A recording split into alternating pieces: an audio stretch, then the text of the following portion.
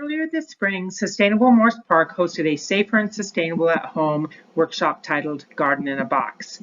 This fit into one of our neighborhood's initiatives and goals that we can save money while we are sustaining.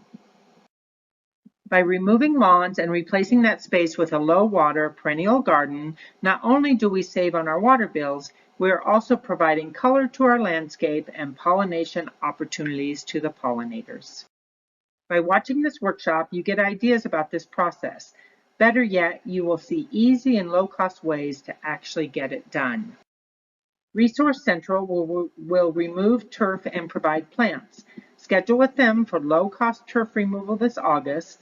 Order perennial, native, low-water plants through Garden in a Box's fall selection, which is coming soon, and you will see the results next spring. Much as I am hoping to do in my own front yard.